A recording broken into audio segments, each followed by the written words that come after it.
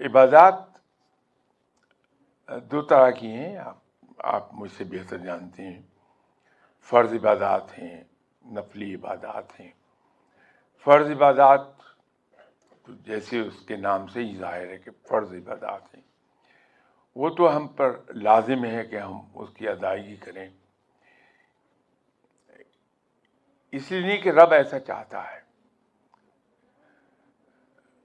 رب تو ان چیزوں سے بہت ماورا ہے، رب کو ہماری عبادات کی ضرورت نہیں ہے، لیکن یہ در حقیقت ہم اس کا حق ادا کرتے ہیں کہ وہ مالک ہے، ہمیں تخلیق کیا ہے، اس نے ہمیں پال رہا ہے،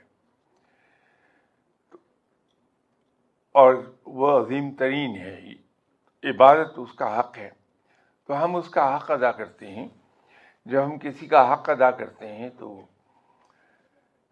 اس کا معاوضہ نہیں چاہتے، اس کا معاوضہ ہمارا حق نہیں ہوتا کہ ہم ڈیمانڈ کریں۔ ہم نے تو رب کا حق ادا کرنا تھا، وہ ہمارے ذمہ قرض ہے، وہ ہم نے ادا کر دیا۔ نفلی عبادات البتہ ہمیں پاکیزگی کی طرف لے جائیں گی۔ فرض عبادات سے بھی ہم پائس ہوتے ہیں، نفلی عبادات جس کو ہم کہتے ہیں آئسنگ آن دا کیک، وہ صورت اختیار کرتی ہیں، لیکن در حقیقت جو اللہ کے قریب ہمیں چیز لے جائے گی وہ یہ ہے کہ ہم معاملات میں کیسے ہیں۔ دین کے دو حصے ہیں، عرف عام میں ہم یہ کہتے ہیں حقوق اللہ اور حقوق العباد،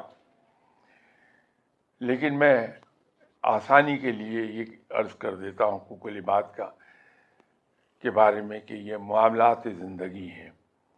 معاملات زندگی میں ہم کتنی سنت کی پیروی کر لیتے ہیں، کتنے احکامات قرآن پر عمل کرتے ہیں، وہ ہمیں رب کے قریب لے جاتا ہے۔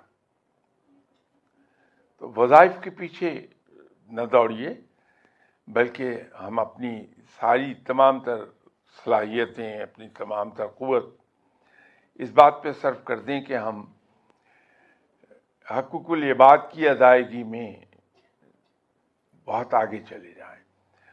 اور میں آپ کو یقین دلاتا ہوں کہ جو بندہ حقوق العباد کی ادائیگی پابندی سے کرتا ہے اور اس معیار کو پہنچنے کی کوشش کرتا ہے جو آپ صلی اللہ علیہ وسلم نے ہمارے سامنے رکھا ہے نمونے کے طور پہ، تو یقینی طور پہ قرب الہی حاصل ہو جائے گا۔